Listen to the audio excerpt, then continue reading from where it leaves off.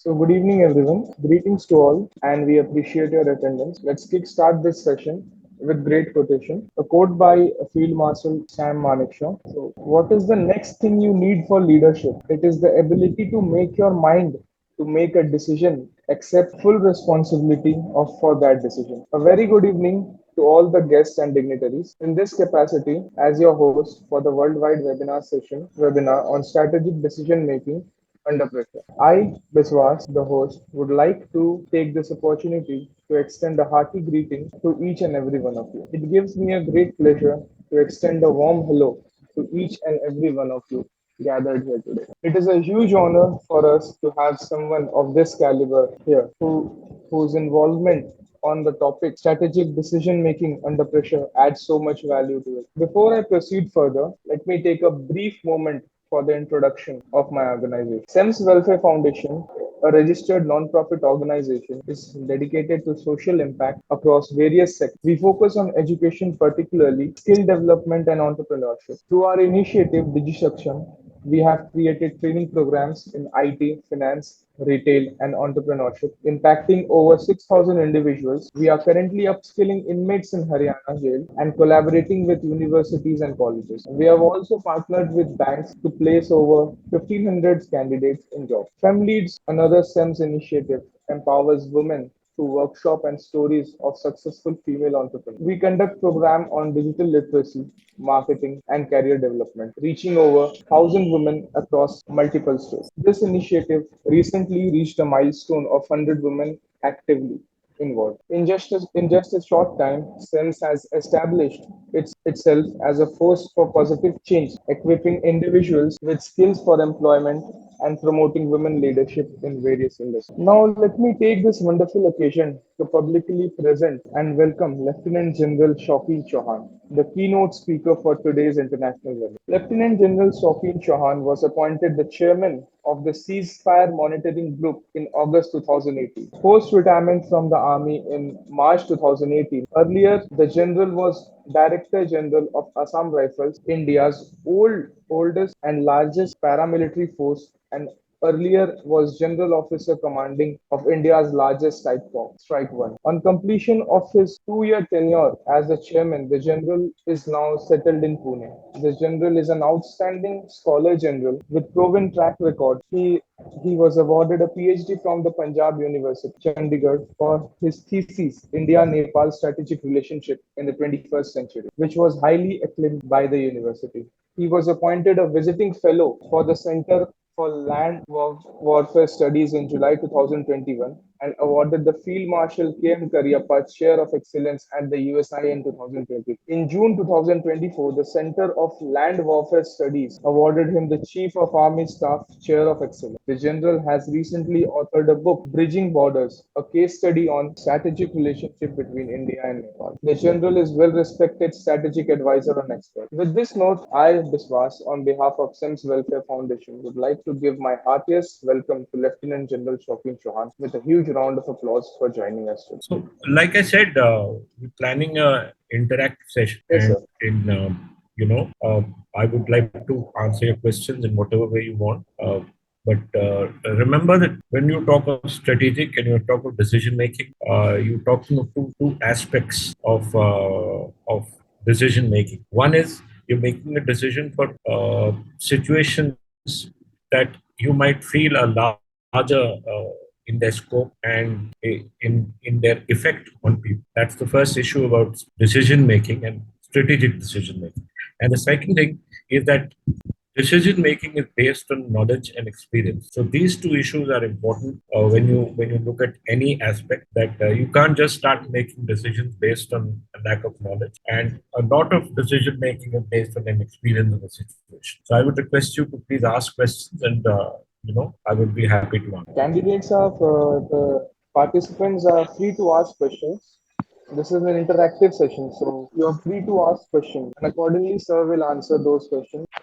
So I'll start with my question itself. So no one is responding now. So what we actually face in this stage of our life is that when we are stuck in a situation, so even having a experience in that field or when we are under pressure, the decision making power of ours is tampered by the nervousness or some other things, sir. So how to tackle with those? Because you are from an army background, you have been trained like that, sir. You have always been under pressure, whether it be training or it be your regular day-to-day life. So Vishwas, there are when you're taking a decision, especially at the level at what I was, every decision of mine meant actually the lives of men. You took decisions based on how it would be best suited for the organization that I was the head of. In that case, whether it was as the Director General of Assam Rifles or whether it was General Officer commanding one corps or 8th Mountain Division or commanding 70 Mountain Brigade. At each one of these places, or as the commanding officer of 2nd Level GR, at each one of these places, while in battle, when I was carrying out operations and when I was in situations that were difficult, at each point, I had to look at just the goal of my organization first. What was my goal and how would I reach that particular goal? That was the first issue. I remember in Kashmir as a young colonel, and I'm talking of 1999 2000. I was commanding my unit in Kargil, and we were involved in the Kargil operations. Every situation that I looked at involved the command of men in battle. And in every situation, in every decision, no matter what happened, I would be losing men in battle. Whether it was giving them an order to climb a mountain, or whether it was telling them to encircle behind the enemy, or whether even I was telling him to move from 100 yards to another 100 yards in a different direction. But the strategic decision making and the idea and the ability to take a decision, like I said when I started, based on the experience that I had had. Before I became the commanding officer, I had almost 19 years of experience or 20 years of experience. And with 20 years behind me, there were those many issues that I had faced as a younger officer. And based on those issues, I used to take a decision based on how it would help my organization. I remember moving a body of men at 3 in the morning, knowing fully that they would draw enemy fire and we would lose people. And yes, my aim was to draw enemy fire to see where the enemy was, and based on that knowledge, then hit him where I could. So when I moved my men, they immediately came under fire. I lost a couple of men, but because I was able to find out exactly where the fire was coming from, we were able to destroy the enemy's post. So the uppermost part of my decision making is based on my organizations, the armies. That's the first issue. And if that is clear to you always, then you will always take the right decision. That's the issue. The second issue is that a lot of times you tend to take a decision based on an emotion. That emotion has to be separated. That emotion, like in my case, I'm not talking about the other case. In my case, the emotion was based on the lives of my men. Some of them would live, some of them would be killed in operations, some would be injured in operations. But I had to take decisions because I felt that was the best way to go ahead. And that has been the uppermost thought in my mind. I'll give you an idea. I was commanding one corps.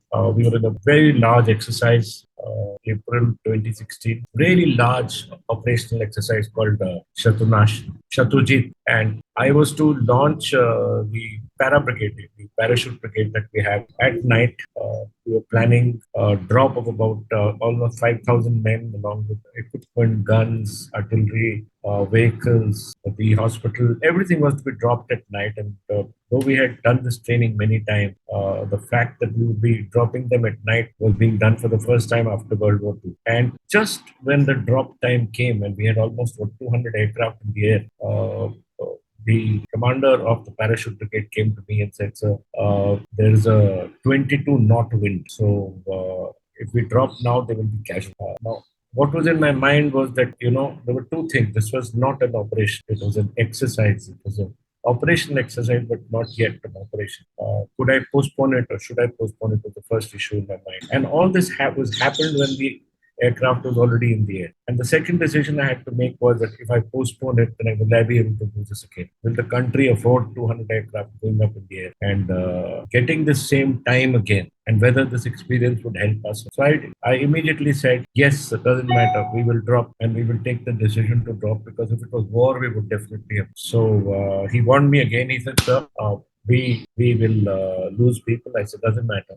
You go ahead and drop. And we dropped the soldiers. They dropped in five separate slots from 7 in the evening to 2:30 to 3 in the morning. And at each point when they were dropping, soldiers with 22 knots wind were being taken away by the wind. Some were falling very badly. Some vehicles got injured, got broken. Some artillery got broken. Some equipment got broken. But they dropped and they got amazing experience and they were ready for war in case we needed them to be ready. So we didn't lose any soldiers that day. I was lucky. But the issue about strategic decision making that you have to take away the emotion of the decision. You have to base it primarily and only on the aim of the organization that you are running. Thank you, sir. So, ER Ghansham has some. Yes, Yes, ER.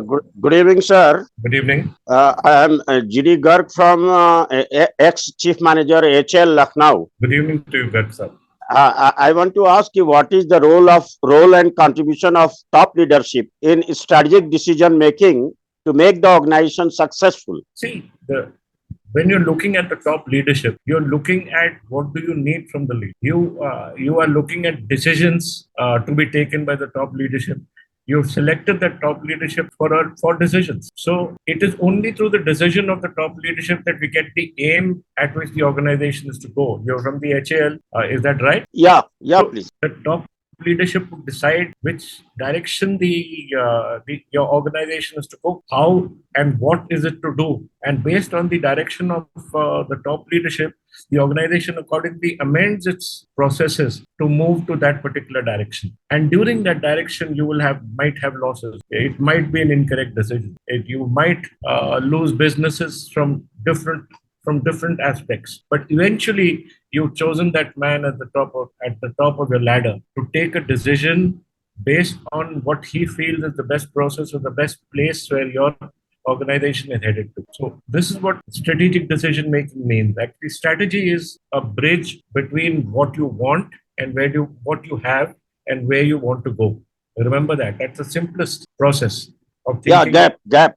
That is strategy is that what are your resources and how do you want to go and reach there, and what is the process of reaching there. That is the strategic decision that you're making. Now, while you're making this particular decision, moving from the knowledge that what do you have with you and where do you want to go, you're also looking at how am I going to grow. Okay. What kind of resources am I going to create? What kind of resources am I going to buy? What kind of money am I going to, and where is my profit going to be? If it's a profitable organization, if it is a business organization.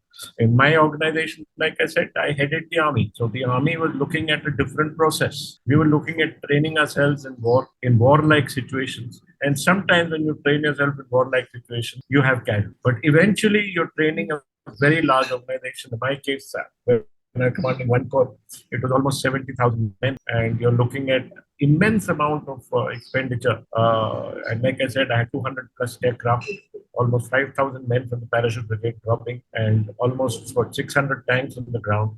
So I was looking at different experience. And at that time, a lot of other situations come into your mind, extraneous factors come into your mind. And the factor of emotion is the first factor. Who wants to lose men? You don't want to lose men at all. You don't want to lose human beings at all. You don't want to lose equipment at all. But that's the way, you when you're taking out the boxes while taking the decision, these are the issues that you're asking. I hope that helps. Okay, sir. Thank you very much, sir. Yes, sir, please, you can unmute yourself. Good evening, sir. Good evening. It's an honor to interact. Thank you. I wanted to ask, sir, can you describe a situation where you did not have the complete information, and what role did experience, or should I say your intuition, play in that case while you made the decision or while you implemented a strategy?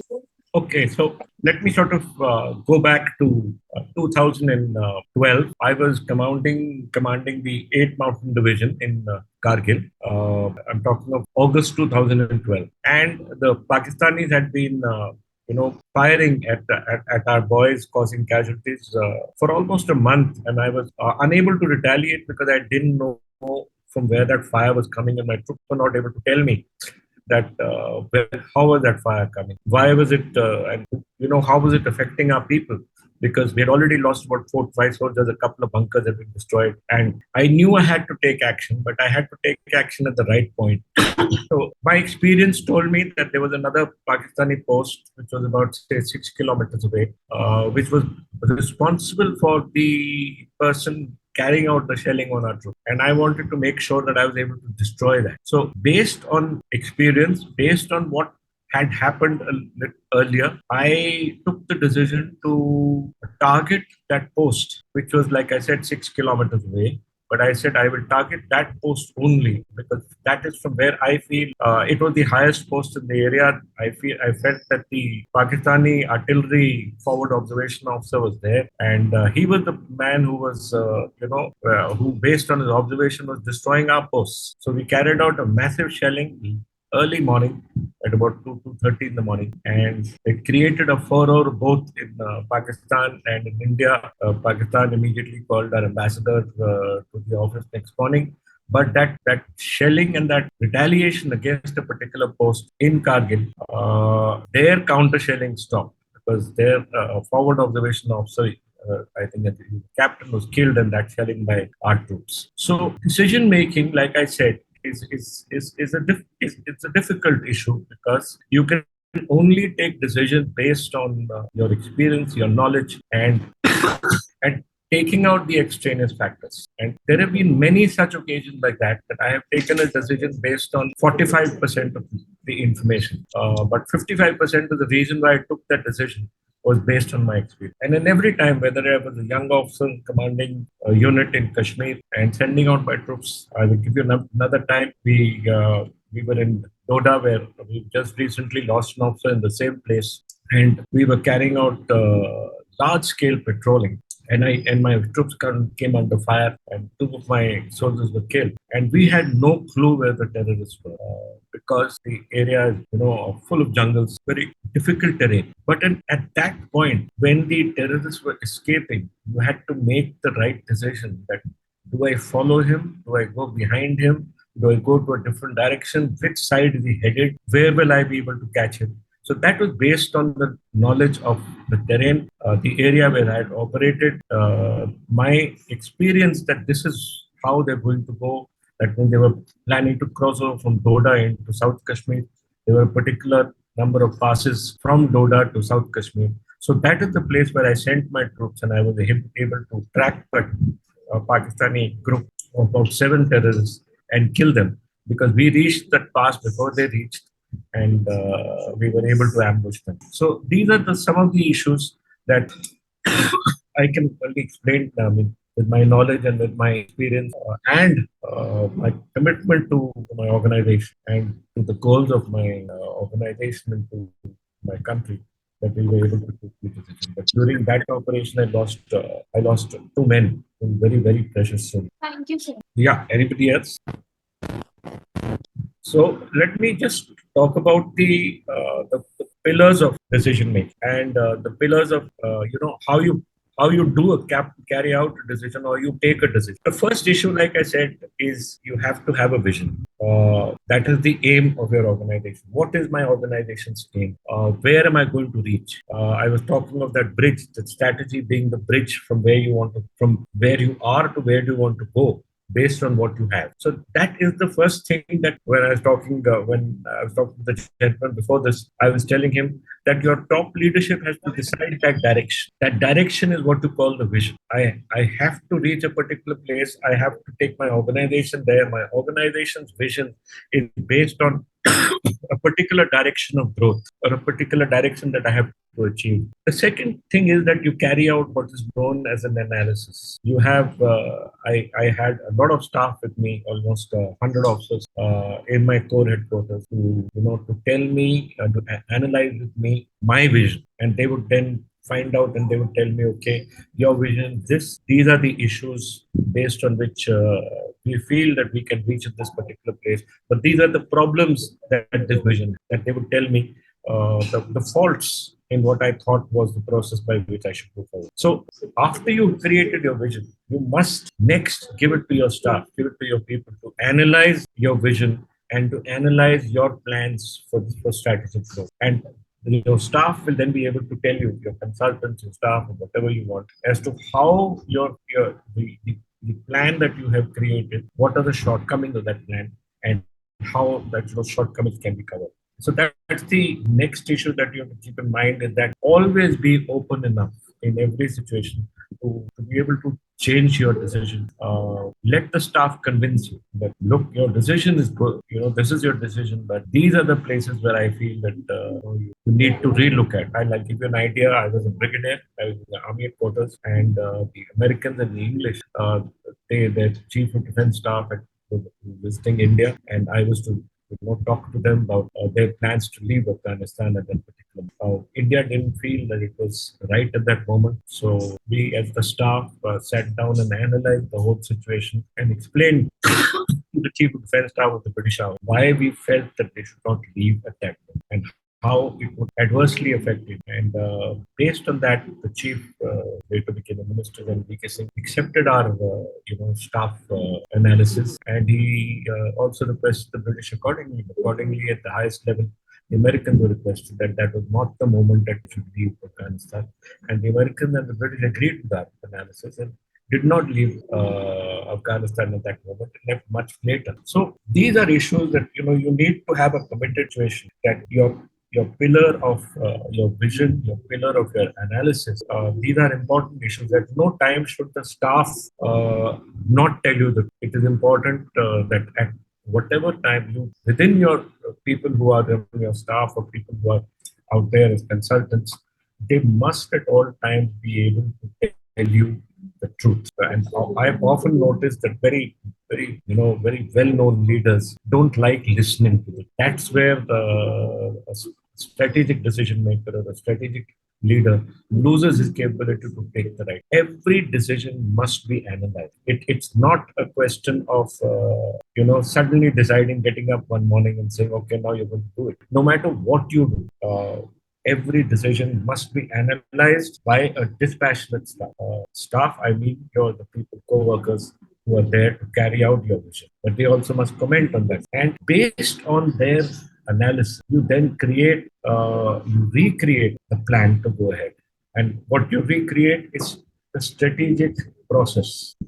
That means once you have created a vision, once the staff has gone through it, and they've rectified what they feel are the errors, then you create your target. That how am I going to go ahead based on the staff work, and then you create the process by which you're going. That means you're creating now the bridge, the decision-making bridge. And from the decision-making bridge, who and which part of your organization has to do what is then created in this plan. You're creating the plan from where all the parts of your organization are going to work in concert. That is the third issue. And finally, after having created your target and on your plan, then you push your organization forward so that it now is more or less certain that the right decision has been made and the right targets are planned for and the right process is being formed. These are important things. I think as a leader, at no point should you ever take a shot. You're not God. No leader is God. No leader can take a decision or can always be correct.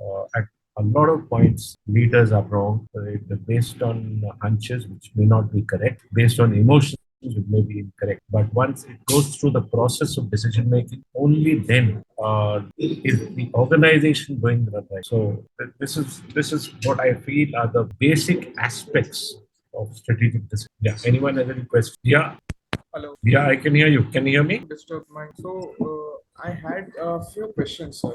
Yeah. So So, do you think that the training process impacts your decision making? There is no doubt that training. You see, it's like this: that training is the bedrock of the analysis to carry out correct decision making. You have to be trained for it. When you're talking of large organizations, like I said, if they are family-run businesses where the child or where the child of the owner comes in and becomes the managing director, then it's a totally different story. Then they don't follow the process that you're supposed to follow. But I'm talking about as a general, having gone through 4 years of training in the National Defense Academy and the Indian Military Academy, and subsequently from a second lieutenant's rank rose to the rank of a general. In our case, in the Army, only 0.1% of the officers commissioned, of say 500 officers are commissioned, only five would probably become lieutenant. So that's the kind of process there is to select the correct leaders in the Indian Army. So at each rank, you face selection processes. You are observed 360 degrees by a large number of officers. In our case, we have the IO, the initiating officer, who initiates your report. You have the reviewing officer who reviews your report, and you have the senior reviewing officer who reviews the senior officers, the reviewers' report on you. And unless they all are in consonance about your capabilities, you don't grow in the army. And that too, even after you grow, the numbers that reach the highest ranks are very, very few. So we are all go through this process of a great deal of selection. And before we come to this point of selection, we are trained. Like I said, I had 4 years of training from after the 11th standard when I joined the National Defense Academy. I did my bachelor's, and then I joined the Indian Military Academy from the National Defense Academy to carry out more specialist training for the Army. So that training continued throughout my life. As a second lieutenant, I had to undergo the young officers courses. Subsequently, I did the junior command course. I've done courses in specialized weapons, and from junior command you moved up to the senior command course with your defense services staff college, and each point wherever you are trained, the trainer is also assessing you. All these assessment reports are a part of your future growth in the army, and that is why you find that the leadership in the armed forces is par excellence, because of the kind of selection processes that we have. And that, I feel, is the basis of why the Indian Army or the Indian Armed Forces has never failed the country. And that is where I feel that a large number of organizations fail. They fail because they don't train their leaders correctly. You can never have a leader ordained by God. That cannot happen. And even if you're the owner's son or the promoter's son, I feel that you must go up the ladder. You must be selected for a process of decision making. And I feel that all of these large companies that have the promoter's son coming in or promoter's children coming in must be trained to take those decisions. And that is why they say that family-run businesses run through only 3 generations. By the third generation, the organization is failing because the family of the promoters have lost that competitive edge to grow. They are comfortable. They don't have that hunger anymore. They don't have that knowledge anymore. They don't have that education anymore. And they don't have that training anymore. And then they stop listening. So any organization where top leadership is not listening to its younger leadership, is not getting its decisions analyzed by their staff, is bound to fail.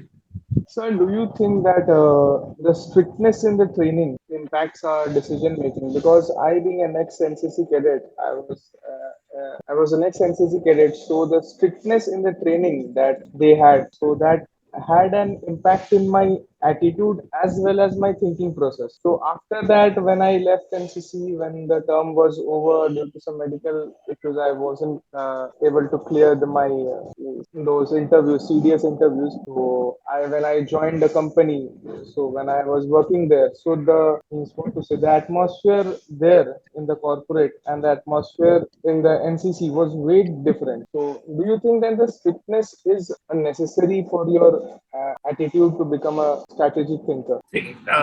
I would reterm this word that you use, strictness, to saying impartiality. When you are going through a training process and you're being selected for a particular appointment, I am certain that all of you want that the people who are training you and assessing you are impartial to everybody, and that you have as much of a chance to grow as anyone else has a chance to grow. So in the army, and I've been an instructor in the National Defense Academy. I've also been an instructor in the Defense Services Staff College. I have also been at the highest level, sat on promotion boards. Our thought process is always to choose the best person, and we do not, even know the person we are assessing.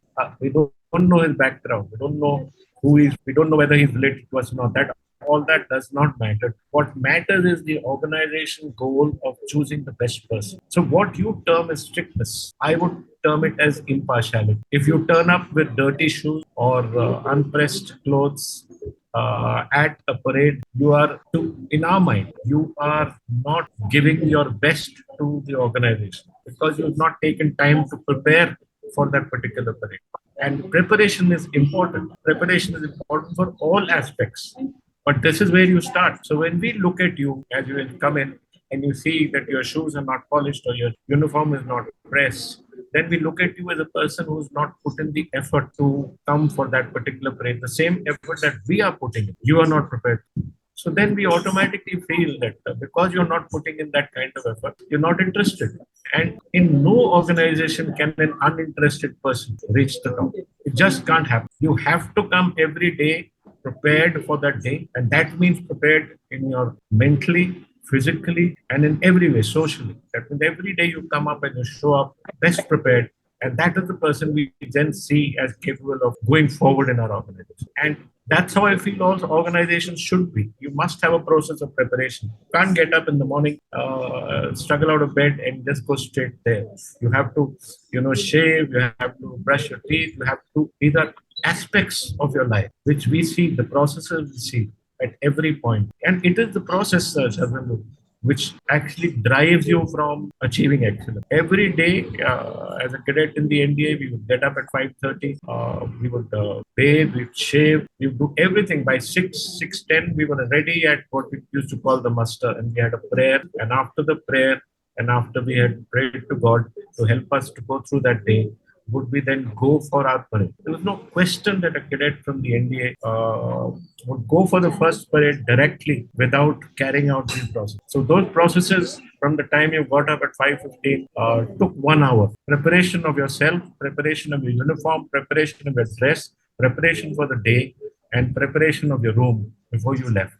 So all these aspects, Shabandhu, and I'm talking of 1976, when I joined the NDA, all these aspects helped me move through a 40-year career. Throughout my 40 years as an officer in the Indian Army, I followed the tenets of my growth at the National Defense Academy. So these helped me take decisions. These helped me move towards excellence. These helped me select people who would move the organization towards it. Today, my cadets are 3-star generals, and they tell me the same thing, that, sir, you were very strict with us. But I was strict with them because I was impartial. I selected the best people. I trained the best people. I motivated the best. And those are the people to taking the decisions at the highest level of the Indian Army today. And I feel very, very proud of the fact that I could do what I did. So, dear friends who are all listening to me, when, no leader can come in from the sky. When you say that you joined a training academy, we used to call the National Defense Academy the cradle of leadership, because the Indian Army or the Indian Armed Forces does not believe that there's anyone ordained for leadership. You're not. You have to be trained for leadership, and every one of you are equal. And that's the great thing about belonging to an organization like ours, is 99.999% we get it right. And that was the reason why the Indian Army, despite the fact that it might have the lowest budget in all the developed world and all the large armies of the world, still manages to achieve miracles much beyond other organizations can. Whether it is the floods in Wayanad, whether it was the super cyclone in Orissa, wherever there's a disaster, wherever there's a problem in the country, it is the Indian Army that you bank on at the end to say that please send in the army, they will achieve miracles. And that is the reason why my organization and the organization I so proudly represent is the best organization in the world. It's because of our growth processes, our training processes, our impartiality in every aspect. Thank you so much, sir, for answering my questions. Today we got an opportunity, sir, to listen to you to an interesting and a thought-provoking discussion on strategic decision-making under pressure. The amount of expertise, passion displayed by you, sir, really enhanced our strategic decision-making. Lieutenant General Shopin Chauhan, sir, you have skillfully imparted your knowledge, leaving us with insightful conclusion and motivational concept. We appreciate the effort you have put into preparing for this enlightening sessions. I would also like to thank the audience for your presence in this session. So once again, I express my gratitude and thanks to you for sparing time from your hectic schedule to impart information to us. We are speechless by your invaluable presence at this session. You provided an in-depth analysis of the subject and shared some fascinating information.